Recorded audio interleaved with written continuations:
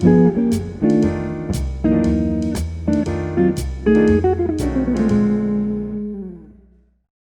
guys, David Clayton here with GuitarBreakdown.com, and today we're going to do another jazz quick lick for you.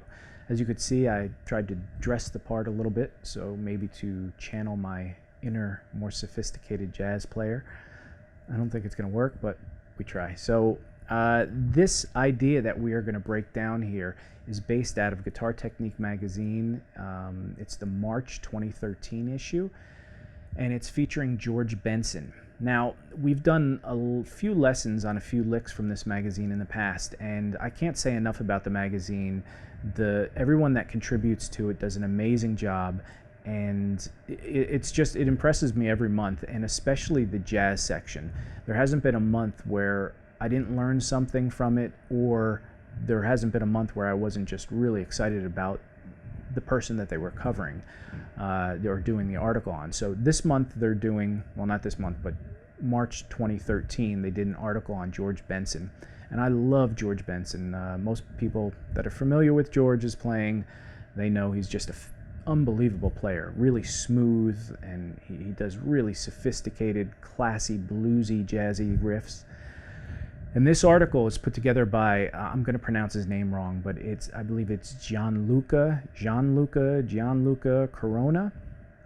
And amazing player, from what I can tell from this article. He does a great job recording these tracks, and his feel, timing, and the licks that he chose to put in this article really outline George Benson as a player. George is a very versatile player, and he does a lot of really cool techniques. And this article had like 20 licks in it, and it covers pretty much all of them. So you might want to check that out. I think you can back order this still. So check out their website, Guitar Techniques. I'm not sure what the website is, but I'll put it in the link below, or the description below.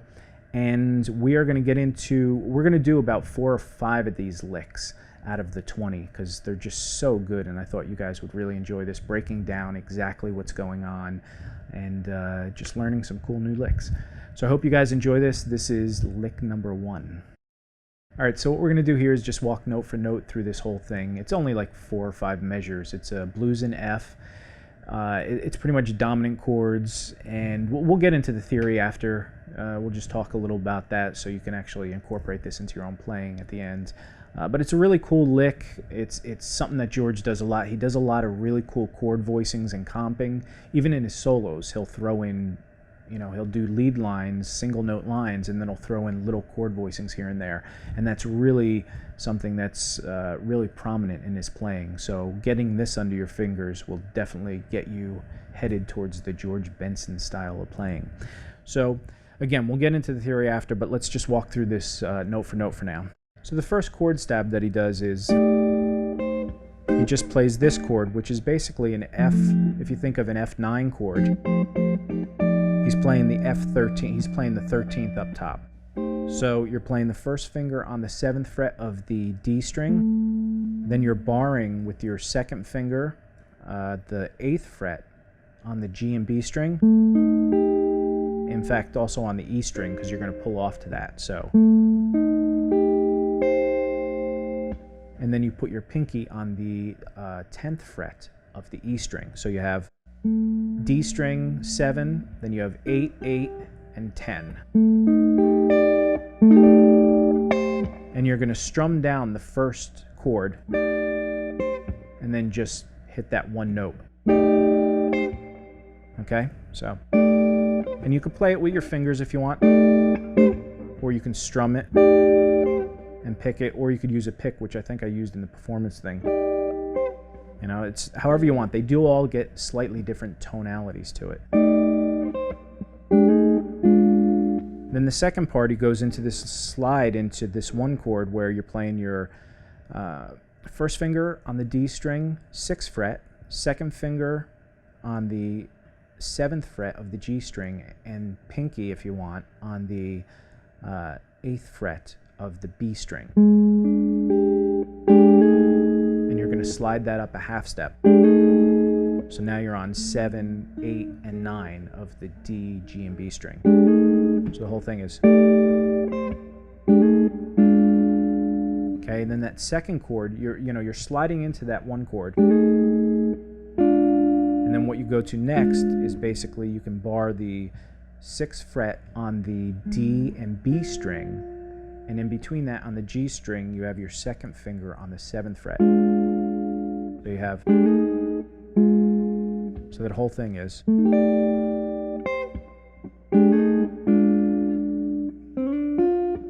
Then he slides into a single note kind of line where he slides up from the 6th fret on the G string to the 7th fret of the G string. And then you play the 6th fret of the B string. So the whole thing is.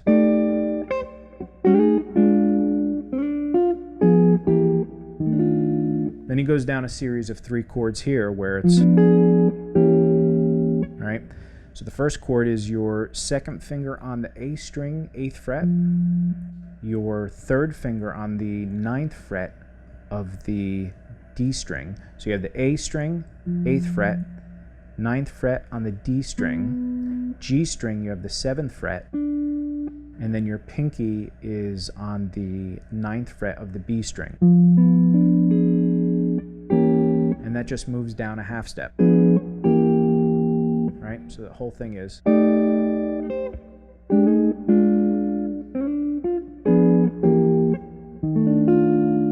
Right?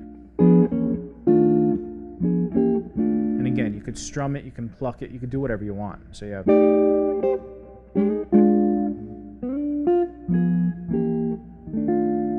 And then that last chord that he goes to in that series of chords, he plays the 1st finger on the 6th fret of the A string, I'm sorry.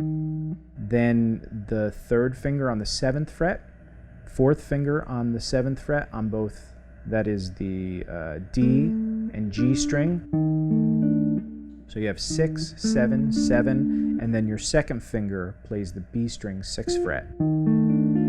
So it's 6, 7, 7, 6 on the A, D, G, and B string.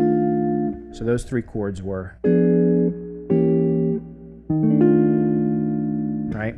Now, if you listen to the recording too, there's a few, they're not all ringing out the same amount of time. That chord right there just kind of stops for a second. Instead of going.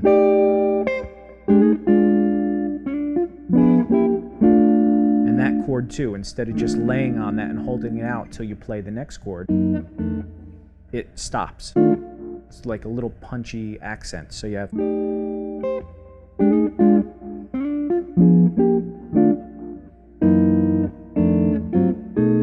Alright, so the chords that it goes into next are basically, it's the same chords, just being played in different positions. And the way I play it is I wrap my thumb around the top, but you can use your 1st finger if you want. I'll just tell you the notes and then I'll show you 2 or 3 different ways you can play it with your fingers. So it's the 2nd fret of the E string, you skip the A string and you play the 2nd fret of the D string. And then you play the 3rd fret of the G string and the 4th fret of the B string. So you have.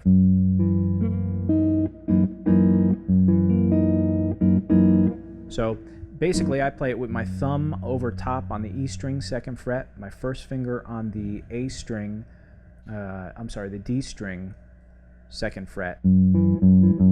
So those 2, the thumb and the 1st finger are playing the 2nd fret of both the E and the D string, sorry.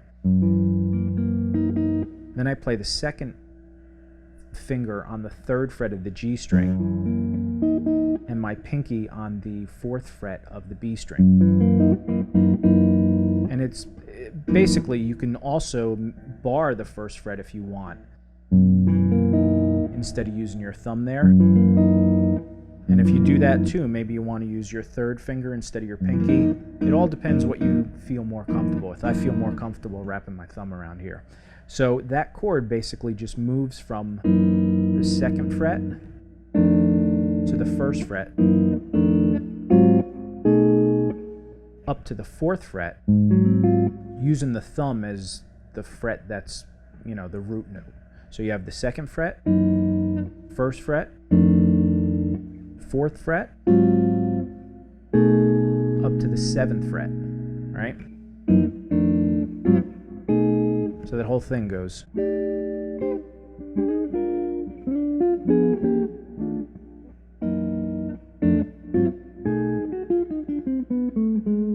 And then what happens is he walks down this scale, and we'll get into the theory of what the scale is after we walk through it, but it starts with the first finger on the 7th fret of the B string, then it walks down on the G string from the 10, 8, 7, and then it just goes down from the 10, 9 to the 7, 6 on the D string. So you have on the B string you have the 7th fret, on the G string you have 10, 8, 7, then you have on the D string 10, 9, 7, 6. And basically I use the first finger on the B string, then the 4, 2, 1, then 4, 3, 1, and then slide that down or move it down a half step to the 6th fret. So basically that phrase goes.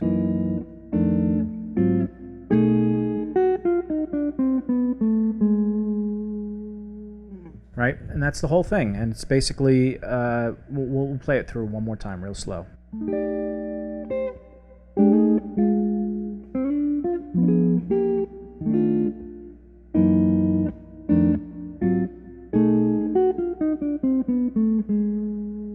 And that just resolves nicely to that B flat chord, which is the 4 chord of the progression. So now we'll just talk a little bit of theory and let you get this under your fingers.